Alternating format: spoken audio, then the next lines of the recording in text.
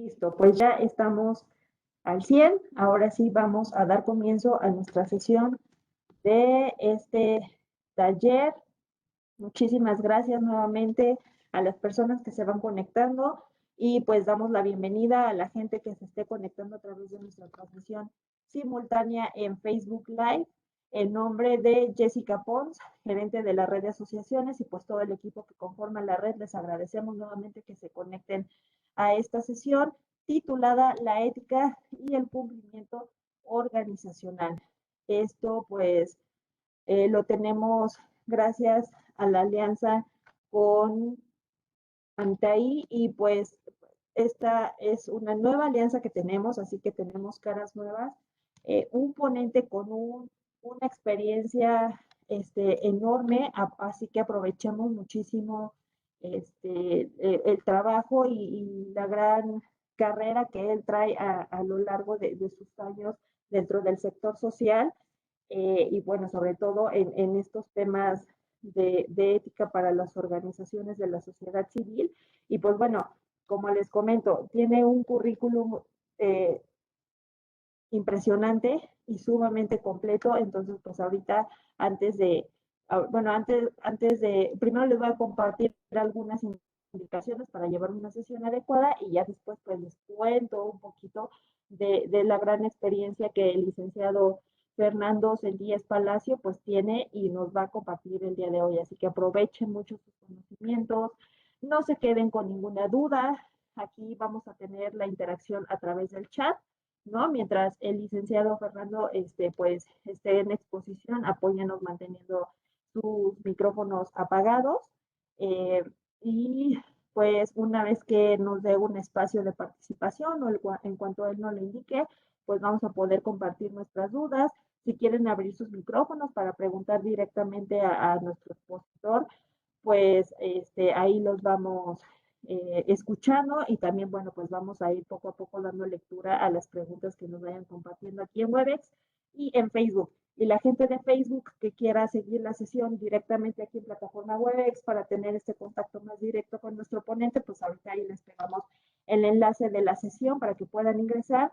Y para la gente de Webex, si se les hace un poquito más fácil seguir la sesión en Facebook por temas de conexión, que a lo mejor pues vamos en el camino de regreso a casa, de la oficina o algo así, pues ahorita también aquí en Webex les ponemos el enlace de Facebook. Um, Recuerden que aquí el equipo de la red vamos a estar al pendiente de todas sus dudas. Si tienen algún problema de conexión, aquí los vamos a estar apoyando. Y pues sin más, procedo a presentarles ahora sí un poquito de la carrera y gran experiencia que ha tenido nuestro ponente. Él es, como mencioné hace unos minutos, el licenciado Fernando Sentíes Palacio. Él es licenciado en Derecho por la Universidad Iberoamericana en la Ciudad de México y obtuvo también el grado de maestría en Administración de Empresas por la Universidad de Phoenix. Fernando es el fundador y Global CEO de Amitaí México y América Latina. Ha sido consultor en temas de ética organizacional y cumplimiento normativo, asesorando a cientos de organizaciones gubernamentales y privadas con soluciones de ética, así como en la implementación y monitoreo de programas de integridad y combate a la corrupción, alineados con las mejores prácticas a nivel mundial. También es miembro del Grupo Anticorrupción con el objetivo de impulsar en el país los objetivos de desarrollo sostenible relacionados con la Agenda 2030 de las organizaciones. Y bueno, pues por otra parte, ha impartido numerosos cursos y conferencias a nivel nacional e internacional sobre el tema de la ética organizacional, leyes y mejores prácticas anticorrupción. Así que pues muchísimo gusto y qué honor tenerlo con nosotros el día de hoy, licenciado Fernando, y pues también a todo el equipo que lo acompaña en esta tarde, tanto Bárbara como Miguel, muchísimas gracias por su apoyo.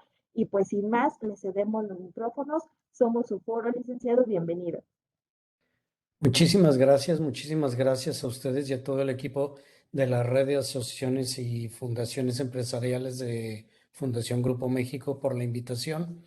Es un honor para mí estar con todos ustedes Y bueno, la idea de este webinar era precisamente dar a conocer a todas las organizaciones la necesidad que tienen de tener un programa de integridad. Normalmente asociamos los programas de integridad o programas de ética y cumplimiento, como comúnmente los conocemos, con empresas, como si fuera únicamente una obligación de empresas. Y bueno, la idea es que, número uno, difundir el conocimiento, difundir el antecedente, lo que dice la ley acerca de esos programas, pero lo más importante, cómo implementarlo, es decir, cómo le hago, porque seguramente muchos de ustedes han escuchado hablar de estos programas de ética y cumplimiento, quizá algunos de ustedes han vivido lo que es la implementación o algunos de ustedes probablemente las consecuencias de no tenerlo.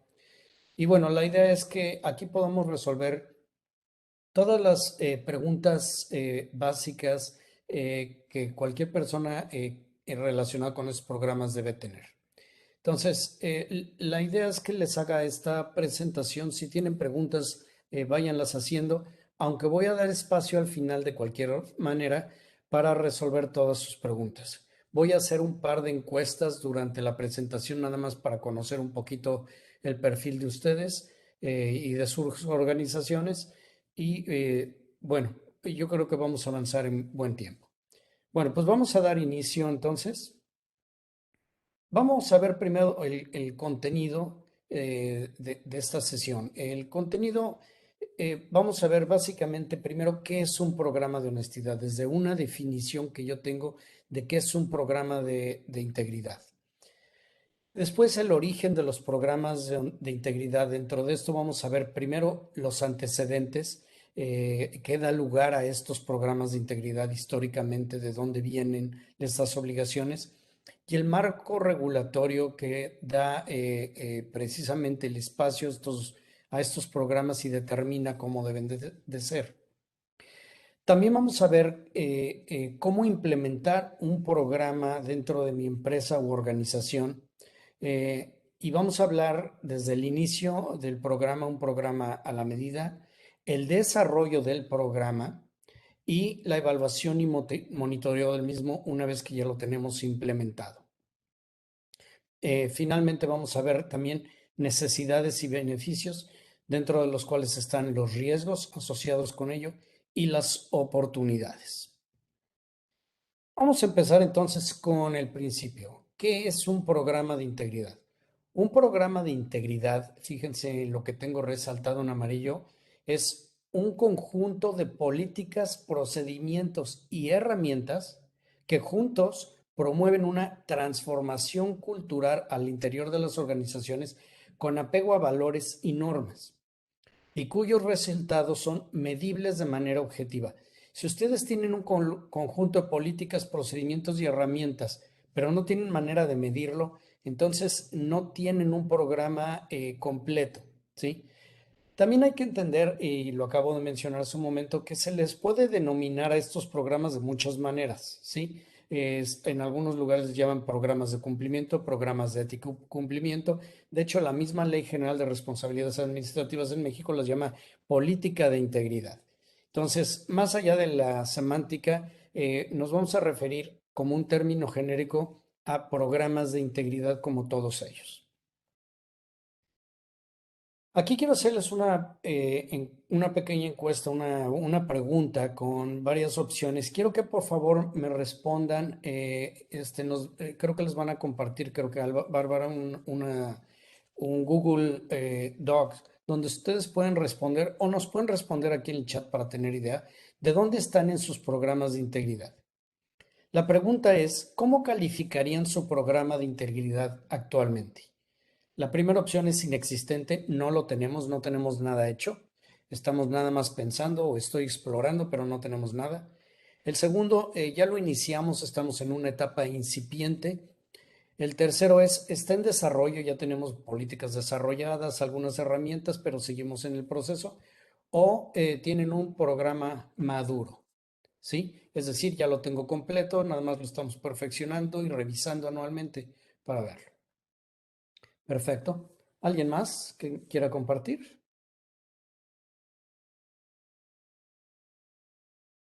Bueno, pueden seguir respondiendo, ya sea aquí en el chat eh, o en el Google Forms que les van a compartir. Vamos a entrar a ver a los antecedentes. ¿De dónde vienen? ¿De dónde derivan estos programas de integridad? Adam Smith, un economista inglés del siglo XVIII, que es considerado el padre del capitalismo, decía en su libro The Wealth of the Nations, La riqueza de las naciones, seguramente algunos de ustedes lo conocen, que para que el capitalismo funcionara era necesario la capacidad de las empresas de autorregularse.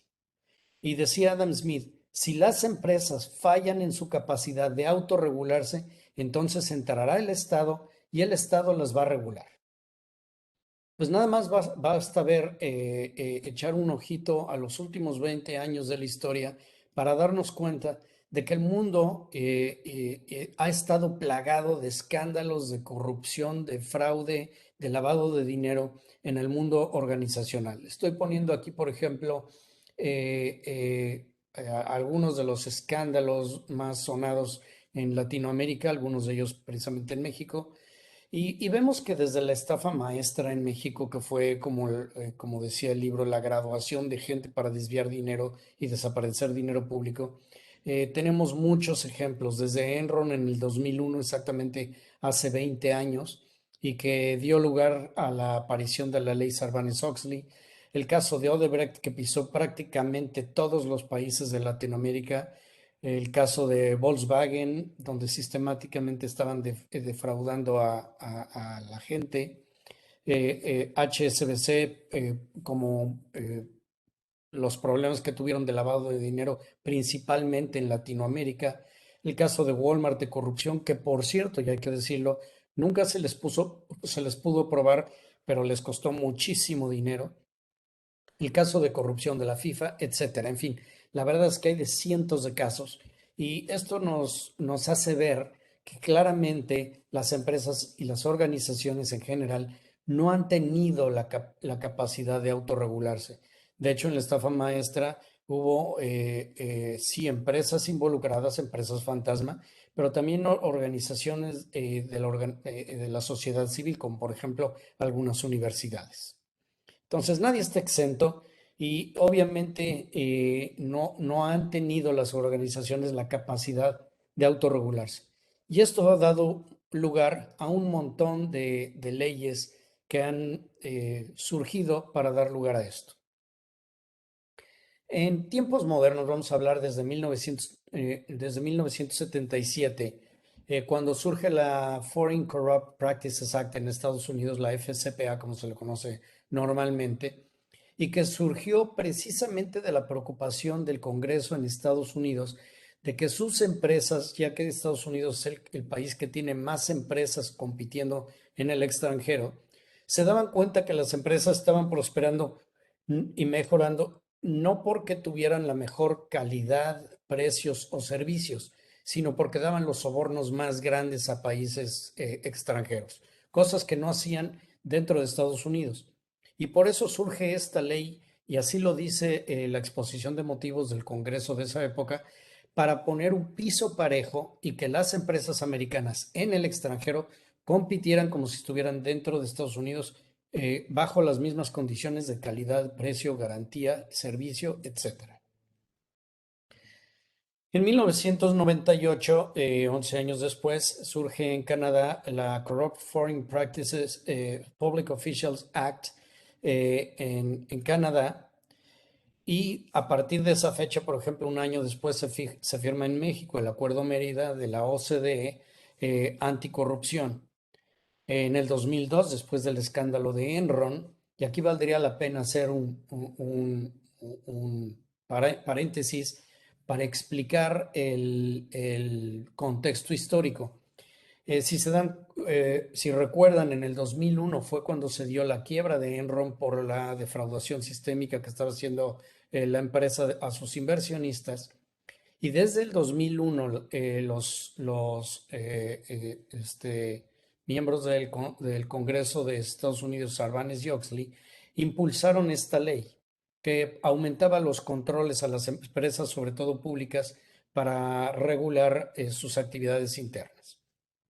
Sin embargo, un par de meses después se dio el escándalo de las Torres Gemelas y que fue una tragedia a nivel mundial con los actos terroristas en Nueva York. Y todo el interés del Congreso se volcó precisamente pues, a lo que hoy le llaman el Homeland Security. Pero el año siguiente dijeron los legisladores Sarbanes y Oxley, bueno, se va a necesitar otro escándalo del mismo tamaño que el de Enron para que la gente vuelva a poner atención y se pase esta ley. Bueno, la verdad es que no tardó mucho porque en enero nuevamente apareció el ejemplo y el escándalo de Tico, ADT y muchas otras organizaciones que estaban haciendo básicamente lo mismo. En el 2005 se firma el acuerdo de la Comisión Nacional de las Naciones Unidas contra la Corrupción y en el 2009 Inglaterra expide su ley anticorrupción, el UK Bribery Act, y en México se expide la Ley General de Responsabilidades Administrativas en el 2016 y entra en vigor en julio del 2008. Hay leyes similares en casi todos los países de Latinoamérica que han firmado uno de estos acuerdos.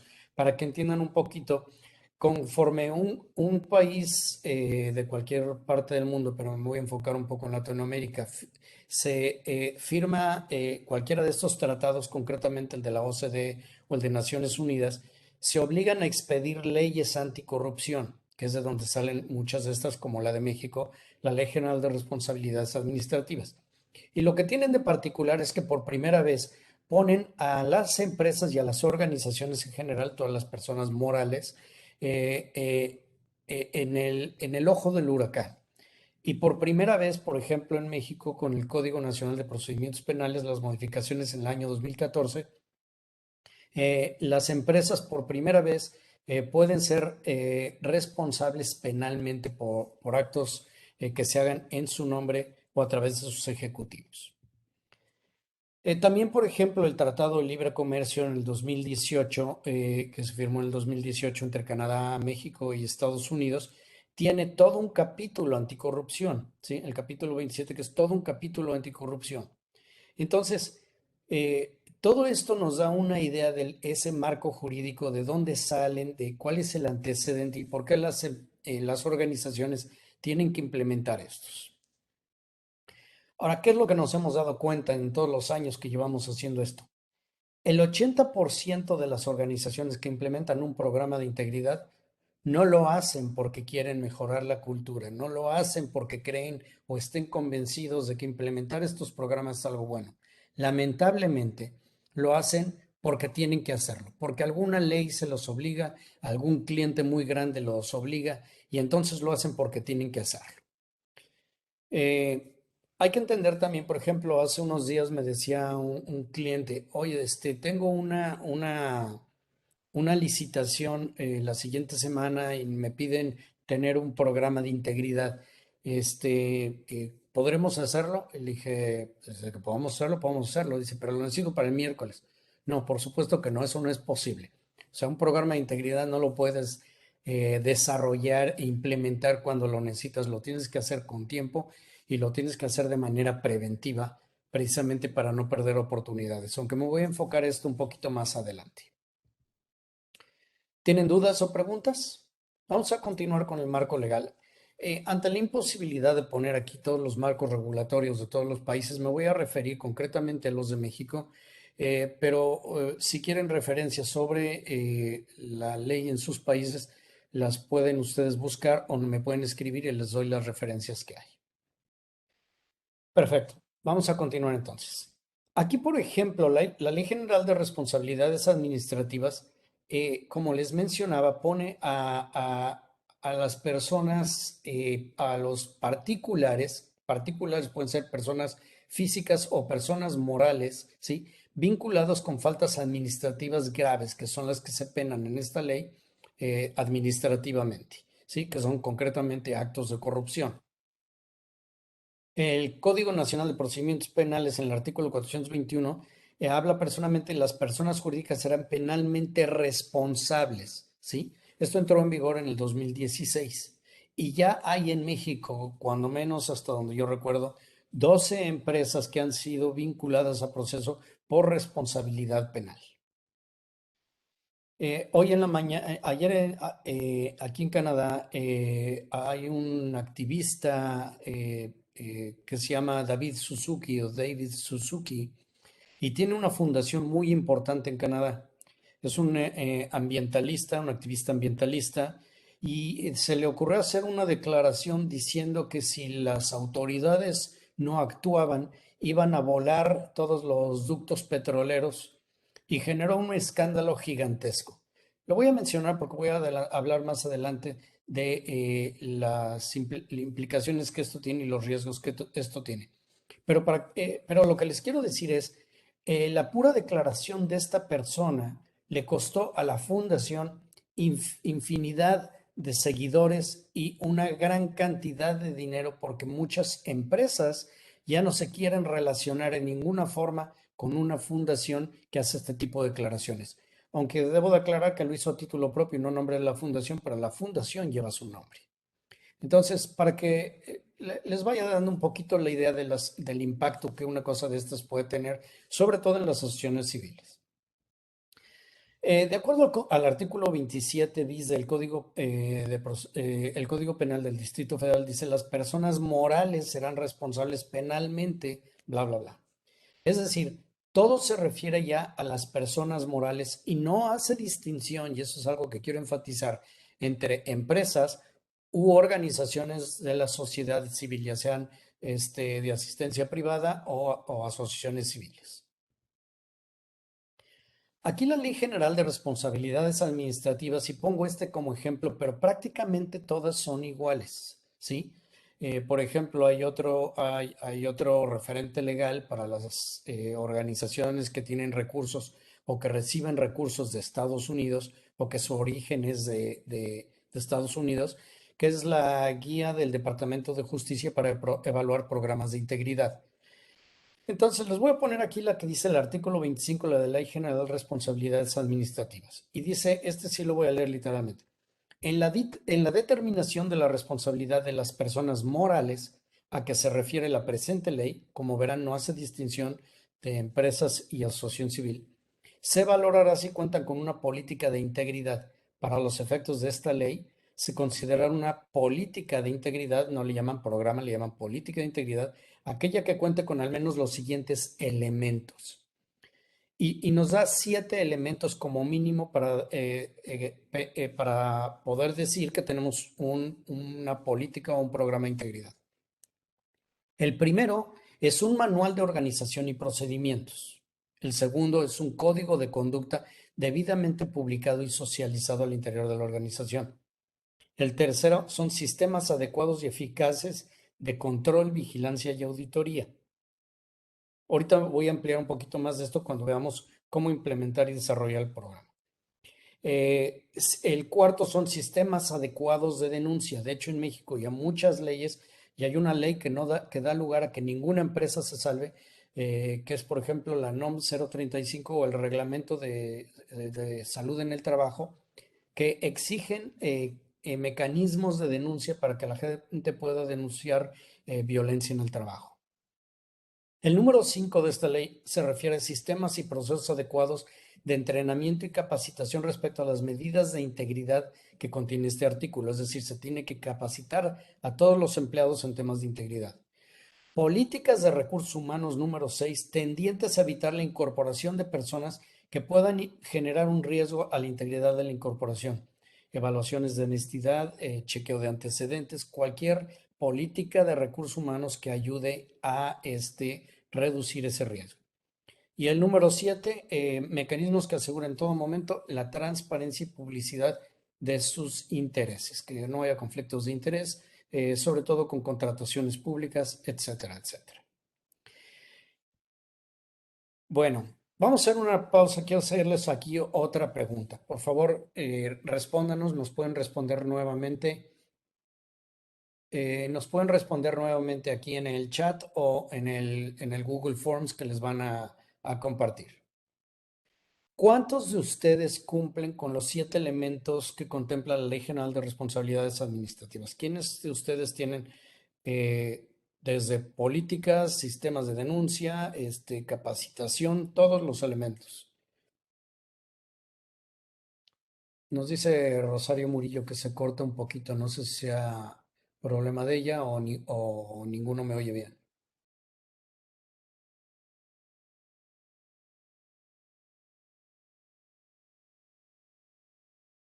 Ok, perfecto. Ah, perfecto, Armando. Excelente que algunos sí los tengan, que algunos sí tengan programas robustos, completos, y otros pues no tienen ninguno. Algunos tienen algunos, pero no todos. Perfecto. Bueno, perfecto. Muchas gracias a todos los que están respondiendo. Pueden seguir compartiendo si quieren. Vamos a ver el proceso de implementación, las consideraciones que hay que tener en cuenta para poder implementar un programa de integridad. Lo primero que tenemos que entender, la primera recomendación o consideración es que un programa de integridad es un programa a la medida. No pueden copiar el de otra empresa y traérselo. Por ejemplo, una asociación civil, cualquiera de las asociaciones civiles que están aquí representadas, no pueden, por ejemplo, copiar el código de conducta de Coca-Cola que está publicado y adaptarlo a su empresa. Lo mejor es hacer un código de conducta que esté basado en sus necesidades y naturaleza específica, ¿sí? Tiene que ser un traje a la medida porque su marco legal es diferente, es decir, el marco legal va a regular a diferentes organizaciones de diferentes maneras. Por ejemplo, si son una empresa o una organización que tiene que ver con producción de energía, van a tener un marco regulatorio al que tendrían si fueran una empresa financiera, ¿sí? O si fueran una empresa o una organización que provee servicios o asistencia médica.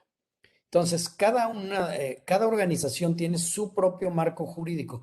Hay algunas cosas transversales como las que les mostré, que son para todas las empresas, tanto la responsabilidad administrativa como penal, pero tienen todo un marco jurídico diferente, ¿sí?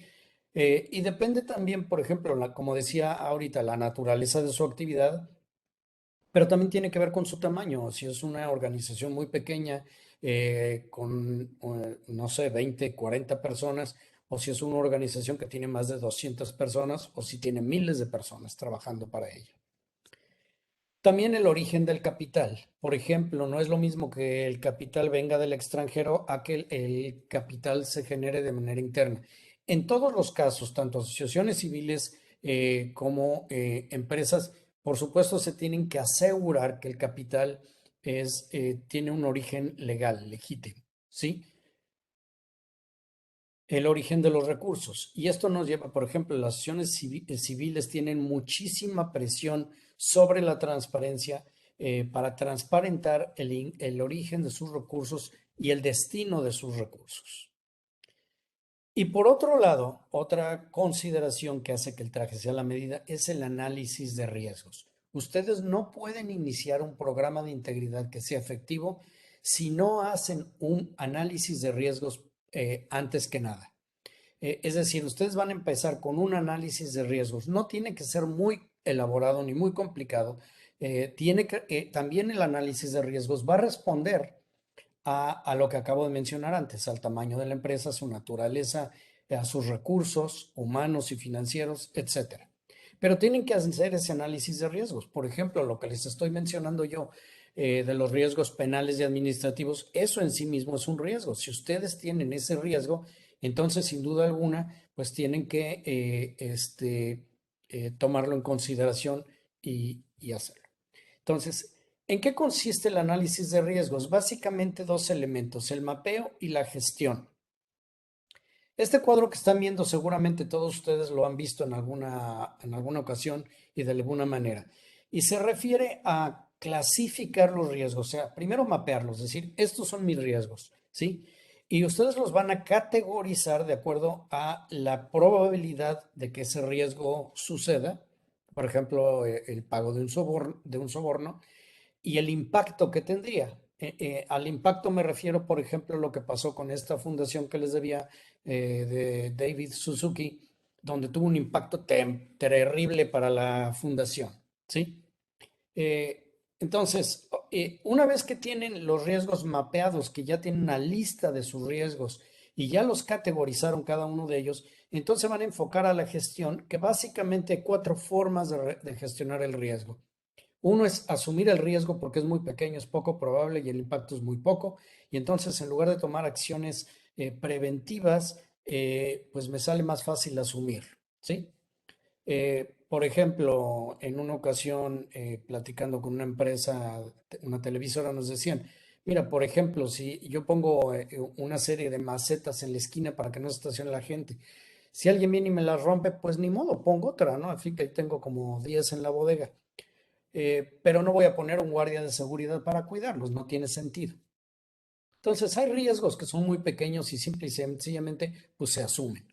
Pero hay otros riesgos que no podemos asumir, que son un poco más graves. Entonces, las formas más comunes de gestión del riesgo es reducir o transferir, ¿sí? Entonces, tenemos que tomar acciones y en los programas de integridad no es diferente. Y ahí es donde entran precisamente las políticas y los procedimientos para reducir los riesgos, ¿sí? Y el otro es evitar los riesgos que pueden ser catastróficos y que son altamente probables que sucedan. Ustedes tienen de alguna manera y a toda costa que evitarlos. Entonces tienen que tomar acciones que eviten que estos riesgos se vayan a presentar precisamente por su naturaleza catastrófica, porque podría acabar con ellos. Uno de ellos es precisamente los sobornos, porque los sobornos, tanto penal como administrativamente, y la condena puede ser la desaparición de la organización, ya sea una empresa o una sociedad civil.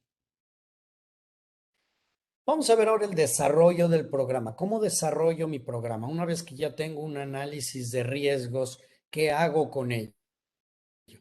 Lo primero que voy a elaborar es un código de conducta. Ese es el primer documento, es la columna vertebral de su programa de integridad. Lo que le da lugar es el análisis de riesgos, es lo que lo gesta, pero lo que le va a dar orden a todo el programa de integridad es el código de conducta. Entre otras cosas, el código de conducta, además de una serie de recomendaciones, como que se haga conjuntamente entre la organización y sus grupos de interés, pueden ser donatarios o donantes, pueden ser, por ejemplo, los empleados mismos, clientes, etcétera, ¿sí? El código de conducta debe incluir políticas. Dentro de esas políticas que casi todos deben de tener, debe ser, por ejemplo, una política de transparencia que no puede faltar en las organizaciones, asociaciones civiles, políticas anticorrupción, políticas de conflicto de interés, políticas de protección de la información, políticas, por ejemplo, contra el acoso sexual o discriminación, políticas de regalos y hospitalidad. Y aquí le estoy poniendo nada más unas ideas de todo lo que deben de contener, ¿sí?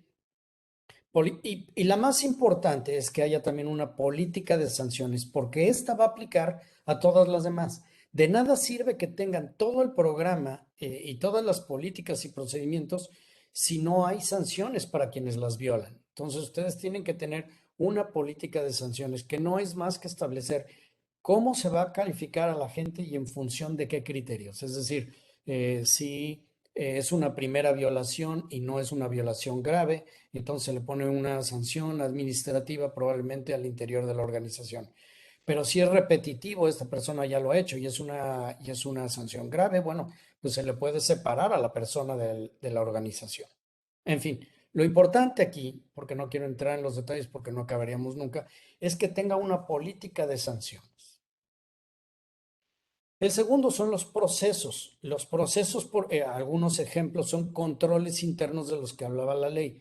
Por ejemplo, controles para pagos, controles de auditoría. ¿Sí? Ustedes tienen que tener todos estos controles de pagos y auditoría para asegurar que el dinero va a donde debe de ir y de acuerdo a los presupuestos que se establezcan. Pero también tienen que tener otros procedimientos, como, por ejemplo, un proceso de selección de personal, donde, como la misma ley dice, tienen que tener acciones preventivas para evitar meter gente deshonesta a las organizaciones. Pero también, por ejemplo, el de onboarding, no solo de empleados, sino, por ejemplo, de proveedores. Ustedes tienen que asegurarse que sus proveedores no son, por ejemplo, empresas fantasma, porque eso podría tener consecuencias catastróficas para ustedes. ¿Sí? Entonces, ahí tienen que ustedes hacer todos estos procedimientos y establecer qué es lo que se va a hacer en cada caso. ¿Sí? Y finalmente, herramientas para que ustedes puedan administrar un programa de manera eficiente. Normalmente, pues se usan herramientas. Hacerlo manualmente es posible, claro que es posible, pero quita mucho tiempo, tendrán que tener mucha gente dedicada a ello. Entonces, hay herramientas que nos ayudan mucho, herramientas desde financieras para detectar posibles fraudes, pero también hay herramientas que ayudan a ciertos mecanismos como un sistema de denuncia, donde a través del sistema, pues tú recibes las denuncias, se gestionan a través de la herramienta, se guarda la evidencia dentro de la herramienta, etcétera. Y algunos de administración o de gestión del riesgo. Por ejemplo, les hablaba de los proveedores. Pues ustedes tendrán que categorizar a sus proveedores periódicamente, hacerles algunas encuestas y algunas preguntas. Y bueno, ustedes determinarán qué tanto riesgo representa cada uno de ellos. Por eso les decía al principio que un programa de integridad tiene una serie de políticas, procedimientos y herramientas. Ahora, una vez que se tiene un programa, una vez que se hizo el análisis de riesgos, que se tiene el código de conducta, las políticas, incluyendo la política de sanciones, procedimientos y herramientas, y ya tienen un programa maduro que puedan defender, entonces después viene lo que pide, por ejemplo, el Departamento de Justicia, la evaluación del programa. Ustedes necesitan demostrar con métricas que el programa es efectivo, que es eficiente y efectivo. Entonces, ustedes van a tener que demostrar, y la carga de la prueba está en la organización, en que efectivamente todas las acciones que están implementando están mejorando la cultura dentro de la organización y están reduciendo los riesgos. Nosotros tenemos una iniciativa, no sé si la conocen y si no, pues los invito a que la conozcan. Está en la pantalla de recursos y les vamos a compartir esta pantalla al final, que se llama Empresas Más Éticas. Tenemos 2 años haciendo esta es un ranking que hemos publicado con la revista Fortune y con el periódico El Financiero, y donde hemos dado a conocer a las empresas más éticas de México. Y lo hacemos precisamente para darles la oportunidad de hacer una evaluación anual de sus programas de integridad. En este caso, nosotros evaluamos básicamente 4 elementos, pero puede haber muchos más cuando se hace a la medida de la organización. Por ejemplo, la filosofía ética del negocio, es decir, si se cumple precisamente con uno de los elementos que es tener el código de conducta y una serie de documentos que evidencien que efectivamente tienen un programa de integridad. El segundo es el liderazgo ético, lo que le llamamos el tone at the top. Y aquí lo que queremos precisamente es que la alta dirección enseñe con el ejemplo. El tercero es la promoción y vivencia de los valores. Y esto se refiere a que los valores que la empresa o la organización dice que regulan sus actividades, efectivamente lo hagan a todo lo ancho y a lo largo de la organización, sin importar dónde están. Y el último es impacto en la comunidad. Ustedes le pueden agregar a estas 4 que son transversales para todas las organizaciones cualquier otro tema que a ustedes les sirva, por ejemplo, prevención del lavado de dinero y cosas muy específicas que por su naturaleza o por su origen o por su destino ustedes consideren importantes. Entonces puede hacer esta evaluación de sus programas de integridad y se recomienda que se haga anualmente para que ustedes vayan, como cualquier programa de mejora continua, mejorando su programa de tal forma que cada día sea más efectivo. ¿Sí? Algunas recomendaciones que les voy a hacer para que tengan un programa efectivo es, como les dije al principio, la mayoría de las empresas o de las organizaciones implementan los programas porque tienen que hacerlo, porque alguna ley se los pide o porque algún cliente importante se los pide. Pocas lo hacen porque lo quieren hacer. Pero les voy a decir cuál es la diferencia entre tener un programa de integridad basado en el cumplimiento normativo y uno que tiene una cultura ética. El primero es que el programa de cumplimiento, para empezar, cuesta mucho más. Sí, requiere de mucho más gente. Pero vamos a ver algunas diferencias. En un programa que esté enfocado en el cumplimiento normativo, la motivación de la conducta es externa, es decir, la conducta está determinada por el temor a las consecuencias. Es decir, si no hago esto o si hago esto, entonces las consecuencias van a ser tal y tal. Por lo tanto, la conducta tiende a cambiar en cuanto se pierde ese temor o se cambian esas consecuencias, ¿sí? Hay que entender que no todo lo que es legal es ético, porque además lo legal puede dejar de serlo de la noche a la mañana, pero no por eso cambia su contenido moral. Aquí lo que importa en un programa de cumplimiento, lo que importa es la conducta, no importa lo que tú pienses. La gente quiere que te comportes de tal manera y por lo tanto no hay oportunidad de elección. No tienen la facultad de hacer juicios de valor y decir esto está correcto o no lo es. Y tienen un enfoque negativo, se enfoca en lo que está prohibido hacer, en lo que no se puede hacer, ¿sí? El cumplimiento se enfoca en la letra de la ley, ¿sí? Y el cumplimiento requiere de evidencias, ustedes tienen que evidenciar esto. El cumplimiento es costoso y el cumplimiento, o sea, ustedes pueden tener todo un programa de cumplimiento y no significa que la gente esté haciendo lo correcto, ¿sí? No garantiza la ética. En cambio, si tienen un programa basado en ética, en una transformación de la cultura organizacional, la motivación de hacer lo correcto viene de las convicciones de la gente, ¿sí? Y la conducta tiende a ser permanente aun cuando cambien las circunstancias precisamente porque hay convicción de que eso es lo que hay que hacer. Lo que importa es la intención, no tanto la conducta. Y algo que pide, por ejemplo, la ley Sarbanes-Oxley, cuando hacen una evaluación de un programa de integridad y la empresa tiene que defender su programa de integridad, tienen que demostrar por qué hicieron lo que hicieron. Lo que importa no es tanto la conducta, sino por qué hicieron lo que hicieron. Y eso permite que las personas disciernan entre lo correcto y lo incorrecto. No quiere decir que no sigan políticas y lineamientos, pero las personas tienen la capacidad de discernir. Y por supuesto también hay una cadena de responsabilidad y no todas las personas pueden tomar todas las decisiones. Tiene un enfoque positivo, el deber ser, no lo que no puedo hacer, sino lo que debo hacer. La ética se enfoca en el espíritu de la ley, es decir, qué se pretende lograr con esto y no en la letra de la ley, porque además los latinoamericanos somos muy buenos para encontrar esas lagunas en la ley y darle la vuelta. La ética no requiere de sistemas de monitoreo y supervisión. Cuando la gente hace lo correcto porque es lo correcto, no necesitan estarlo evidenciando de miles de maneras.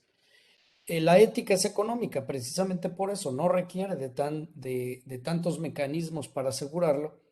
Y la ética sí garantiza el cumplimiento. Cuando una persona está haciendo lo correcto, garantiza el cumplimiento. Si quieren esta infografía, díganme, escríbanme al final, por favor, o denos sus datos y se las hacemos llegar. Vamos a ver, les voy a dar esta recomendación. No sé cuántos de ustedes conozcan este modelo, el modelo de Pagano. Es un maestro de la universidad, si no me equivoco, en Chicago, en Illinois. Y él hizo este modelo para que las organizaciones, tanto empresas como asociación civil, puedan saber y tener un mecanismo, una metodología para tomar decisiones que sean éticas, ¿sí? Éticas desde el punto de vista de negocio. Y se refiere a 6 tests, es decir, que un comité de ética o las personas que van a tomar de unas decisiones en representación de una organización, ¿sí? Van a hacerse las siguientes preguntas. La primera ¿es legal esta decisión que estoy tomando, esta acción que quiero implementar, es legal? Eso se conoce como el mínimo ético, la mínima de la ética, es decir, la ley es lo mínimo que se espera de cualquier persona. Entonces, si no es legal, pues de entrada ya no lo es. Suponiendo que sea legal, pasamos al segundo test, que es el test del utilitarismo, el costo-beneficio. Es decir, si yo tomo esta decisión, yo sé que voy a afectar a algunas personas, pero va a beneficiar a muchas más personas de las que estoy afectando. Estoy poniendo el interés público sobre el interés particular, ¿sí? El tercer test es el imperativo categórico. Esto es algo muy importante y ahorita me van a entender cuando les pongo un ejemplo. El imperativo categórico se refiere a la universalidad de la aplicación de este criterio. Si este criterio, esta decisión que estoy tomando, vale la pena tomarla, aplicaría en cualquier otra situación con similares condiciones. Hoy vi no quiero entrar en temas políticos, ni quiero poner posiciones, ni mucho menos ponerlo a ustedes, pero me llamó mucho la atención porque hace 3 años alguien puso en Twitter un video donde hablaba del presidente López Obrador diciendo que condenaba enérgicamente la militarización de las policías y demás, y ahora que él lo está haciendo, pues lo ve diferente. Entonces, es un ejemplo de cómo un criterio que se quiere implementar es un imperativo categórico y la pregunta es, ¿esto aplica en cualquier momento, independientemente de quién lo haga? El cuarto test es el test de la luz del día, así lo llaman light of day, o el test de transparencia. Es decir, esta decisión que voy a tomar, esta acción que voy a realizar, esta conducta que voy a hacer, eh, ¿podría ponerla a la luz de todos? ¿Me importaría que se publicara en las redes? ¿O es algo que quiero guardar en secreto? Si requiere secrecía, lo más probable es que no sea ético. El quinto texto, la quinta pregunta es la regla de oro. Es decir, ¿qué pasaría si esto que yo quiero hacer o esta decisión que estoy tomando fuera a la inversa y fuera alguien más tomándola y me la aplicaran a mí? Es decir, sería lo mismo, porque la regla de oro lo que dice es trata a los demás como quieras tú ser tratado. Y yo me acuerdo que en una entrevista que me hicieron cuando empezó la pandemia y muchas organizaciones, sobre todo empresas, empezaron a despedir gente, me preguntaban que si eso era ético o no era ético. Y decía, bueno, despedir a la gente, sobre todo en una situación de emergencia, cuando las empresas entran en un estado de emergencia, pues sí, probablemente no tenga nada de malo, pero sí hay que saber cómo hacerlo. Es decir, hay que hacerlo de manera humana, hay que hacerlo de una manera digna y hay que preparar a la gente de la mejor manera para que pueda tener otras oportunidades. Pero a eso se refiere la regla de oro, es decir, si yo voy a tomar esta decisión de despedir gente, ¿cómo me gustaría que lo hicieran conmigo? ¿Sí? Y el último, el último test, la última pregunta es ventilarlo. ¿Estoy dispuesto a poner esto a la opinión de un profesional, a que critique la decisión que quiero tomar? Y esto se refiere a especialistas, ya no a no a la opinión general. Es decir, si voy a tomar una decisión ética que va a afectar en un tema específico, pues entonces debo preguntarle a un experto, por ejemplo, si fuera un tema de acoso sexual, cuál es su opinión y estar abierto a la crítica, ¿sí? Entonces, tomen este modelo de Pagano nada más como una guía de algo que pueden usar para que si tienen comités de ética o si piensan formarlos, tengan esto como base para la toma de decisiones. Como última consideración, perdón, quiero que consideren también las circunstancias actuales que estamos viviendo y que han hecho de nuestra situación actual el caldo de cultivo, derivado de muchas cosas. Primero, todo lo que hemos vivido de la pandemia y la crisis post-pandemia, que tiene cuestiones de salud, cuestiones de economía, cuestiones laborales, en fin.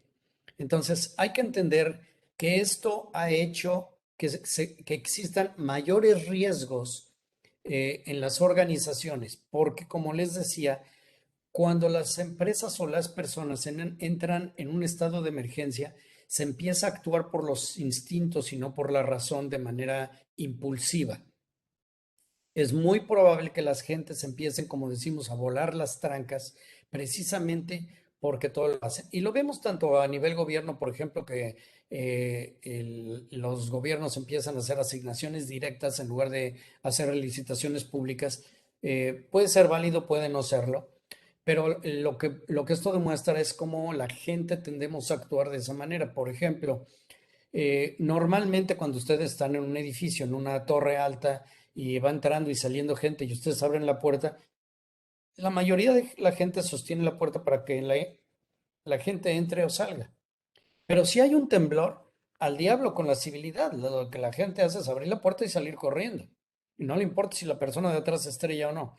Es decir, tenemos que entender que esta situación de crisis nos lleva a actuar de manera irracional, a perder los controles, y hay que entender que eso es lo que está pasando, y por eso es tan importante cuidarlos y estar muy conscientes de ello. El segundo es la tecnología y la globalización. O sea, el hecho de que, por ejemplo, hace muchos años, si ustedes se querían robar algo, literalmente se tenían que llevar el objeto o el dinero que se quisieran robar, pues en las bolsas. Hoy normalmente cualquier cosa que se quieran robar lo pueden hacer de manera digital. De hecho, salió en las noticias hace poquito que un joven de 14 años se había robado no sé cuántos millones de dólares en Bitcoin, por ejemplo. Entonces hay que entender lo que ahora todos los fraudes, robos y demás, pues se hacen de manera digital, ¿sí? Y eso nos hace mucho más vulnerables para controlar los riesgos a los que estamos expuestos. Esto aplica también a la inteligencia artificial y sus aplicaciones, que pueden ser incluso ilegales en algunos casos o exponernos a otros tipos de riesgos. Por supuesto que la tecnología, la globalización, incluso la inteligencia artificial, puede tener, como todo lo que es desarrollo, muchos beneficios, ¿sí? Sin duda alguna. No estaríamos donde estamos si no hubiera habido el desarrollo tecnológico, y ahora del desarrollo digital que ahora tenemos. De hecho, no podríamos estar dando este webinar si no fuera por eso. Pero también es cierto que puede tener consecuencias muy negativas, como todo, como la misma energía nuclear, de Einstein, pues tuvo muchas aplicaciones muy productivas para reactores nucleares y todo, pero también dio lugar a la bomba atómica. Eh, También la proliferación de regulaciones, tanto para la empresa como personales. Es decir, los legisladores en todo el mundo están tratando de dar alcance a la tecnología, que siempre va mucho más rápido. Y entonces, como lo vimos ahorita, hay una infinidad de leyes y acuerdos y tratados internacionales que ponen una capacidad, una cantidad gigantesca de elementos que tienen que cubrir. HSBC, después del escándalo de lavado de dinero que tuvo en varios países de Latinoamérica, acabó saliéndose de ciertos países, como por ejemplo Brasil, si no mal recuerdo, precisamente porque dijeron: no nos sentimos capaces de poderle dar seguimiento a todas las leyes que tenemos aquí. Entonces, llévense estas consideraciones para que vean cómo todo esto pues ayuda a ser mucho más vulnerables de lo que seríamos en otras circunstancias. Todas las organizaciones están a merced de la honestidad de sus empleados y sus socios de negocio. Y esto es algo muy peligroso, ¿sí? A menos que se tengan los controles para poder confiar tanto en unos como en los otros. Ahora, yo les hablé de que además de todas las obligaciones que vienen por ley, que normalmente presento, por lo que las organizaciones implementan estos programas de integridad, la verdad es que también es bueno hacerlo porque tiene muchos beneficios, ¿sí? Tener programas de integridad tiene muchos beneficios. Déjenme mencionarles algunos de ellos. El primero es que reduce los riesgos, como ya lo vimos, y efectivamente es una buena póliza de seguro. Ayuda a reducir los riesgos significativamente porque los previene, los identifica y los previene, que es uno de los objetivos.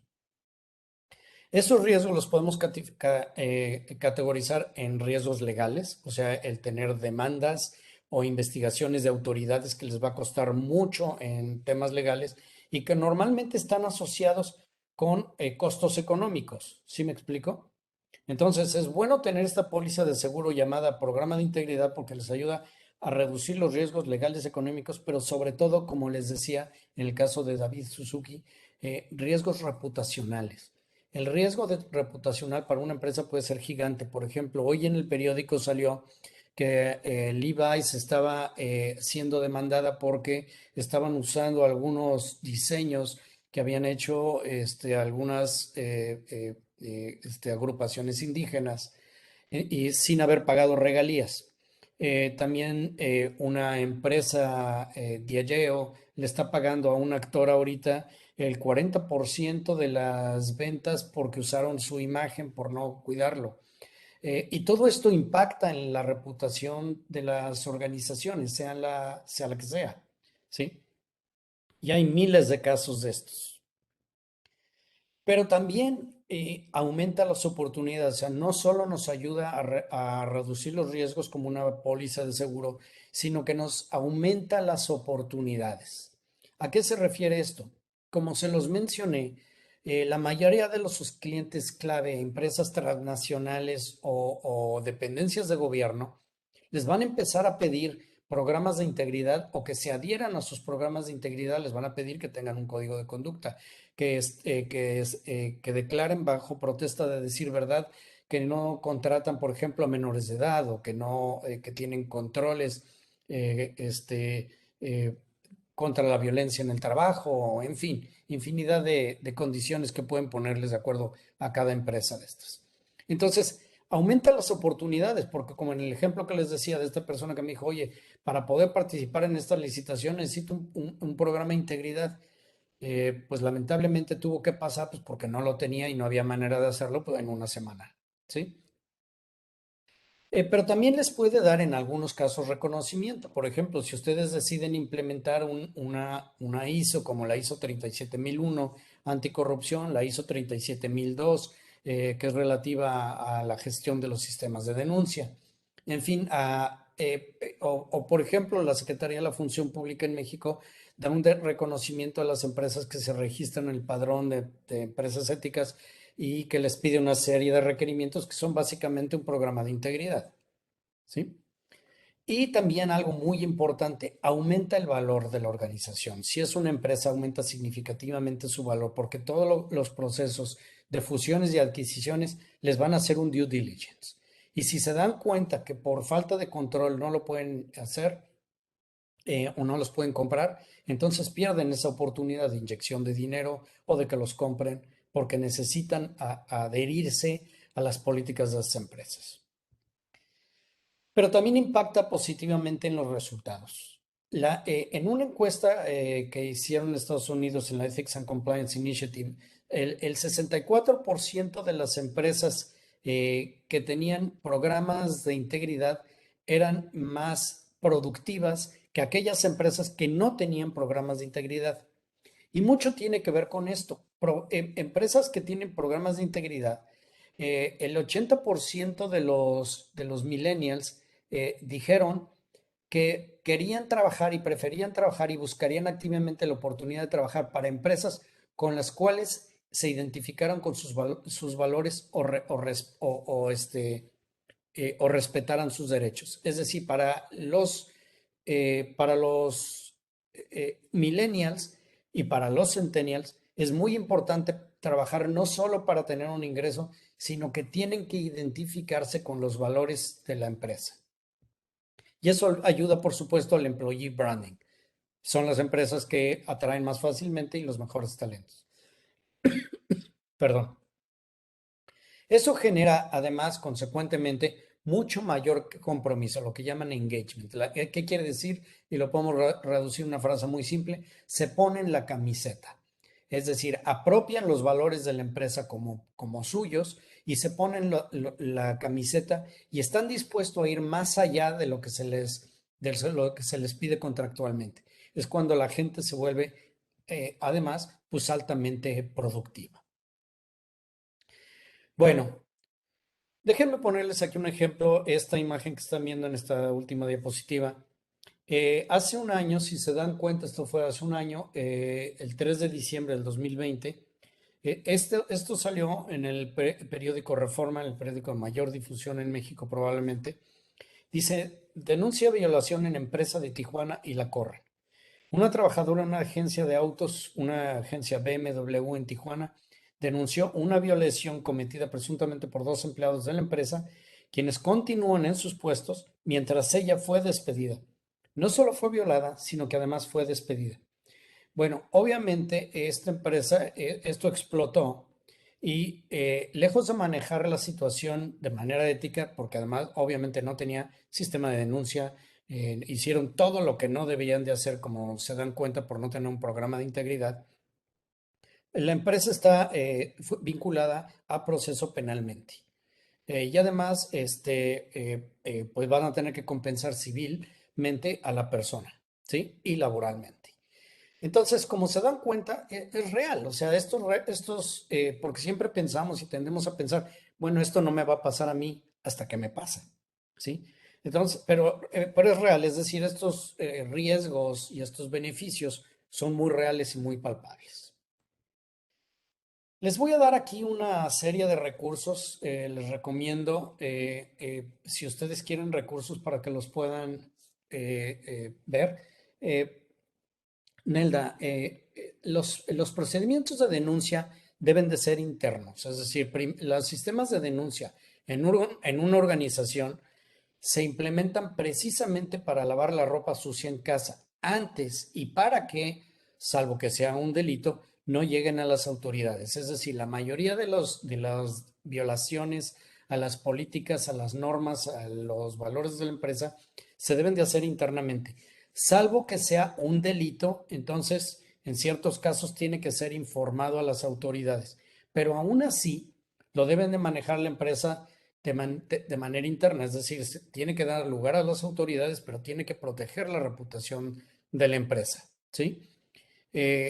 Por ejemplo, por supuesto que hay líneas de denuncia directamente para organizaciones públicas, para policías y para denunciar fraudes en ciertas dependencias de gobierno, pero esas se manejan de manera totalmente diferente porque están abiertas a todo el público y cualquiera puede denunciar y la gestión es diferente.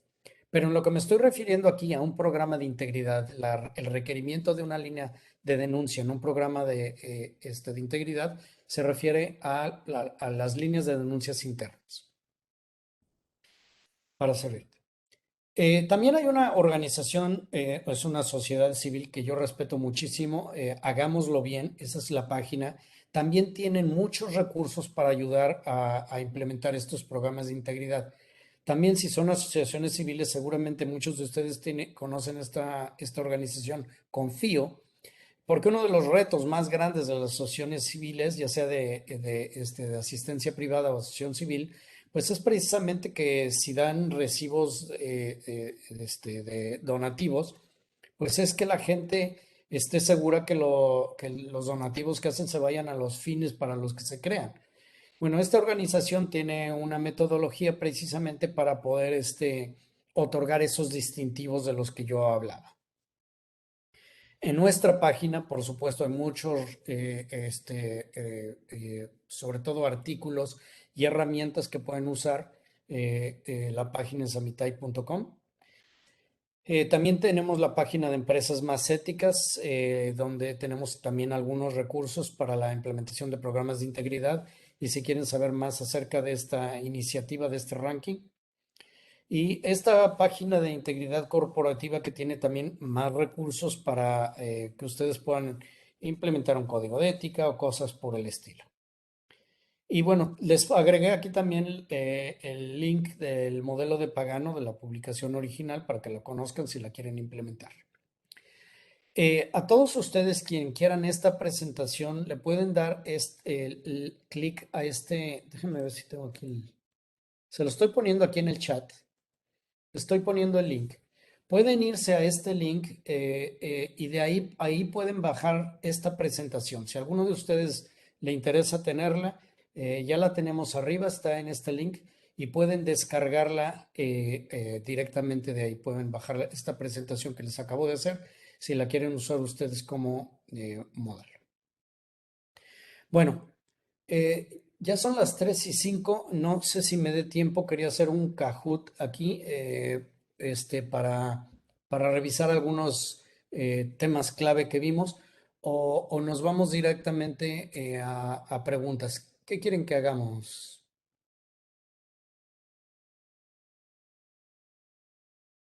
Bárbara? ¿O alguien aquí del... Sí, yo creo que si era más fácil preguntas y respuestas, en lo que se conectan los demás, porque tendré que bajar la aplicación.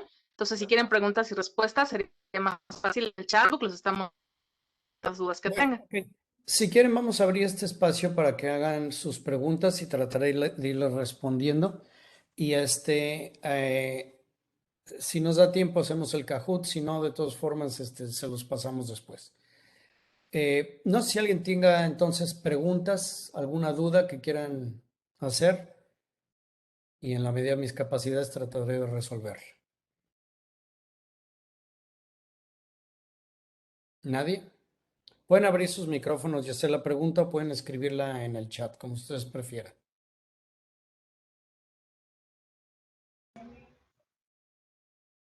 Hola, buenas tardes. Soy Nelda Gutiérrez de la ciudad de Tapachula, Chiapas, México. Hola, Nelda, ¿qué tal? ¿Cómo estás? Bienvenida. Eh, Ahorita viendo la presentación veía que pues los sistemas de ética e integridad pues son trajes a la medida. Correcto. Eh, en la empresa en donde yo trabajo pues tenemos el interés de implementar un programa de ética e integridad y Sí, investigando me encontré una página de Coparmex en México y sí, ahí venía un modelo para implementar y era nada más de que ponga el nombre de tu empresa y ya tienes todo el desarrollo de la documentación que necesita el sistema de ética. En correcto. ese caso, pues no es un traje a la medida porque ya es un modelo que está hecho y realmente cuando, o sea, cómo se implementa eso o cómo se No, aterriza en no, una organización. qué bueno que lo mencionas y es muy buena pregunta, Nelda. No, todos esos recursos como los que yo les di, este de Coparmex es muy similar al de Consejo Coordinador Empresarial. Te dan los recursos. Nosotros, por ejemplo, en la mitad yo te puedo dar una guía para hacer un código de conducta, pero no es un código de conducta. Es decir, estos son recursos para que ustedes sepan implementarlos. Si ustedes tienen la gente al interior, los recursos ustedes lo pueden ir desarrollando gradualmente con estos recursos que se les dan sin duda alguna. Pero no están hechos, es decir, son guías de cómo hacer cada cosa. Por ejemplo, quieres hacer una política de sanciones. Ninguna empresa tiene las mismas sanciones, tiene sanciones diferentes y castigan cosas diferentes de manera diferente. El código de conducta, como decía, no puede ser el mismo, el de Coca-Cola, que el de un banco, por ejemplo.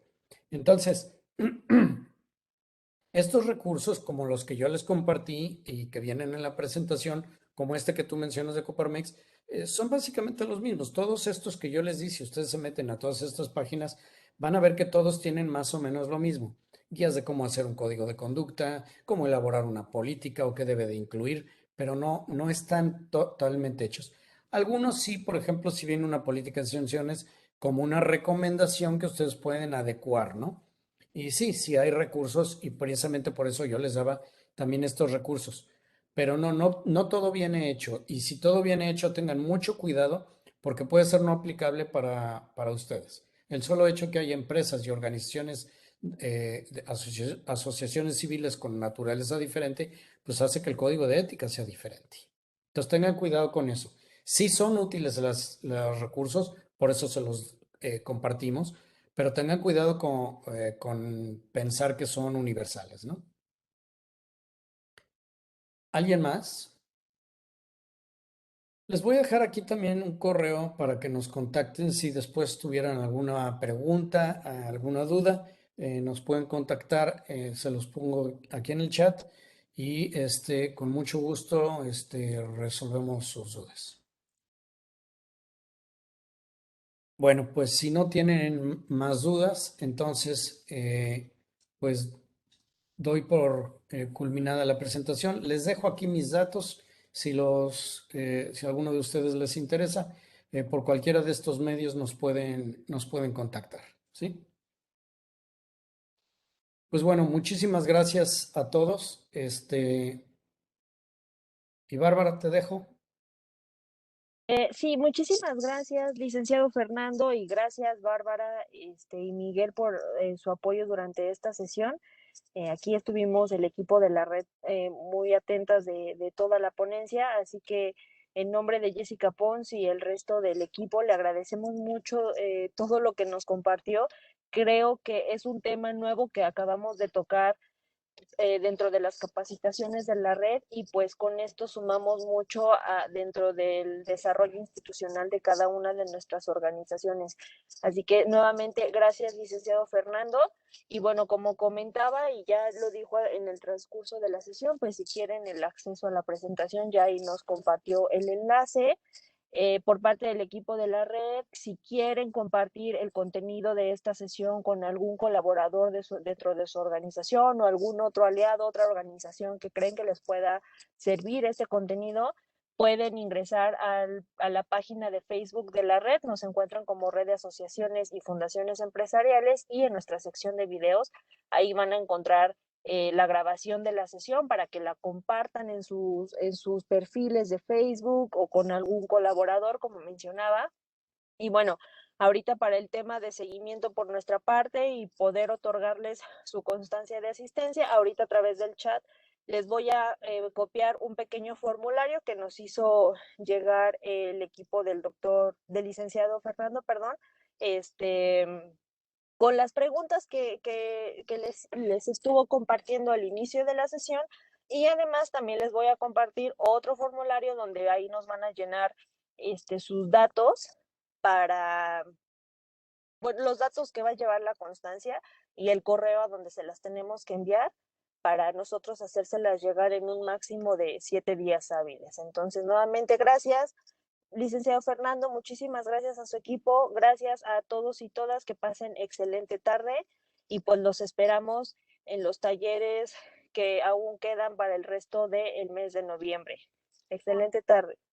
Al contrario, gracias a ustedes. Un saludo a todos. Gracias, buenas tardes.